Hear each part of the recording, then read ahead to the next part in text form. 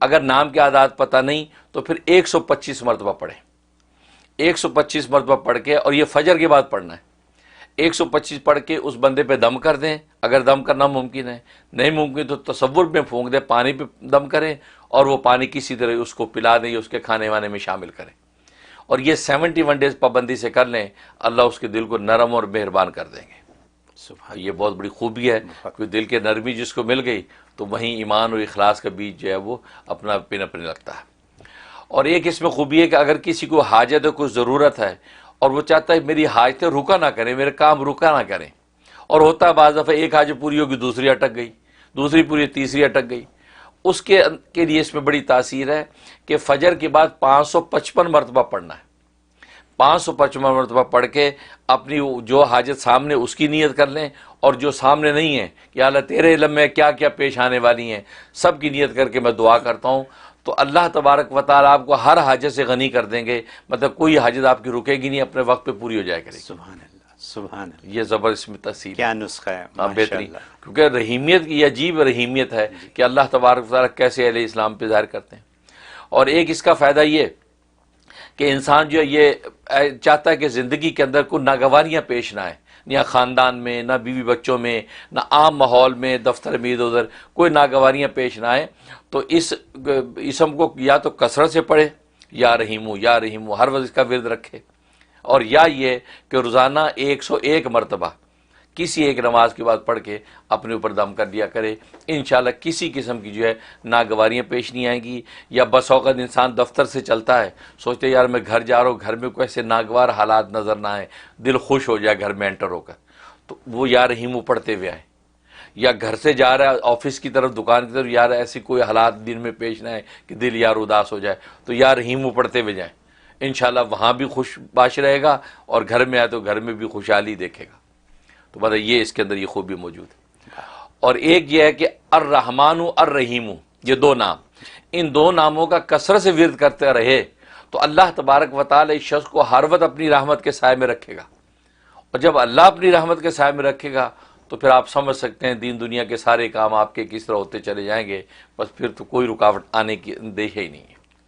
یہ اس کے اندر خوبی۔ اور جہاں تک اس کے خواب میں تعبیر کا تعلق ہے، خواب میں اگر یہ لفظ دیکھا یا سنا تو اس کا یہ ہے کہ اس کا مطلب اللہ تبارک و تعالی آخرت میں اس کی کفایت کریں گے، اور دنیا میں جو نیکیاں کر رہا ہے یہ نیکیاں اس کی قبول ہو جائیں گی، یہ اس کی بشارت ہے۔ اور دوسرا مطلب یہ ہے کہ اللہ تبارک و تعالی دنیا میں اس کو دشمنوں سے محفوظ رکھیں گے، جو بھی دشمن اس کو ایذا دے رہے ہیں دشمنوں سے محفوظ رہے گا، اور آخرت میں اللہ تبارک و تعالی اس کو سرخرو کر دیں گے۔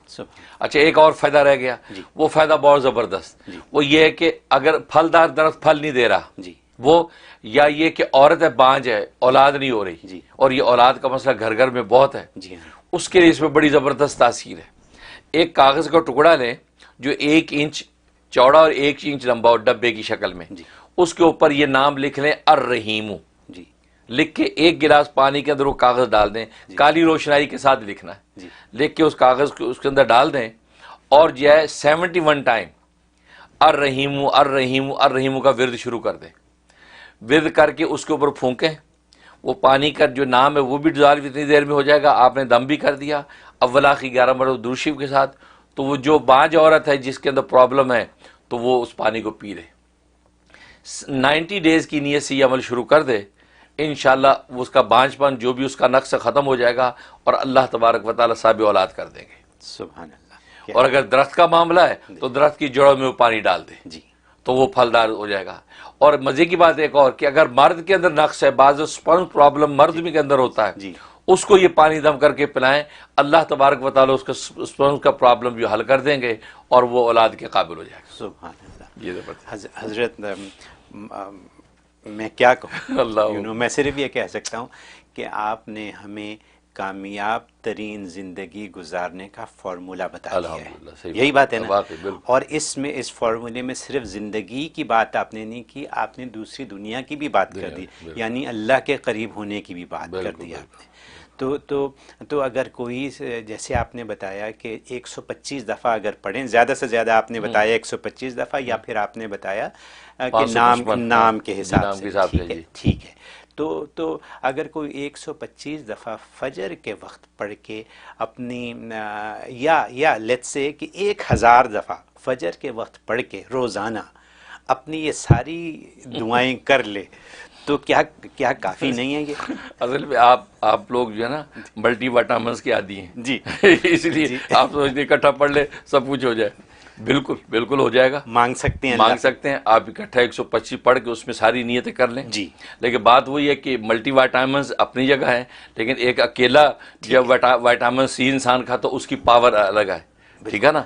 ہوتا یہ ہے کہ اصل میں بزرگوں نے لکھا ہے کہ اصل میں جو 3-4 نیتیں اکٹھی کر کے جب آپ پڑھتے ہیں جی، تو یا تو انسان کا فوکس اتنا مضبوط ہو کہ ساری نیتیں اس کو مستحضر رہے پڑھتے میں، جی، اور ساری رہتی نہیں ہیں. جب جی، بعض حاجتیں اس کو وہ چمکتی رہتی دماغ میں، جی، اس پر زیادہ اثر انداز ہوگا، اور جو مزمل رہے گی اس پہ کم ہوگا.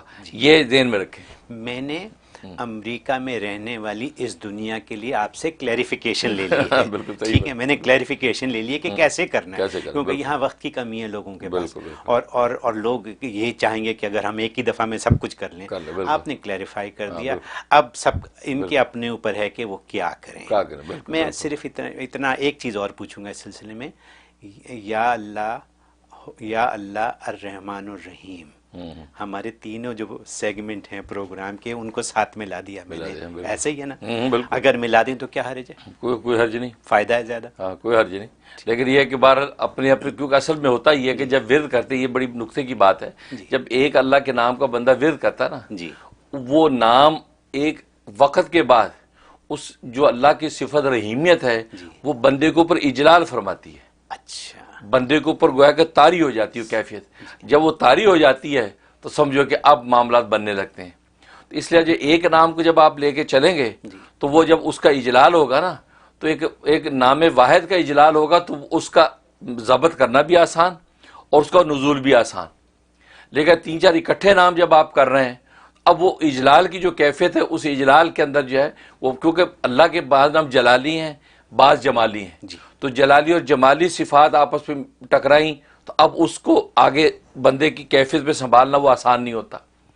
اس لیے جو ہے بزرگوں نے کہا کہ ایک نام کو پہلے ایک منزل پوری کر لو پھر دوسری شروع کر دو. بہت خوب. اس سے جو ہے آسانیاں پیدا ہو جائیں. بہت خوب. میں نے یہ ساری کلیریفیکیشن تمام دنیا میں دیکھنے والوں کے لیے آپ سے لے لی، اور آپ نے بہت خوب فرما دیا سب کچھ، مطلب کلیریفائی کر دیا آپ نے. And once again as I always say an eye opener for all of us. ٹھیک ہے، یہ کیونکہ یہ معمولی باتیں نہیں ہیں، یہ کتابوں میں ملنے والی باتیں نہیں ہیں. یہ جیسے آپ اس کو بیان کر دیتے ہیں یہ آپ ہی کا کام ہے، اور شکر الحمدللہ ہمیں سمجھ آ جاتی ہے بات کی. Thank you so very much for doing this for all of us.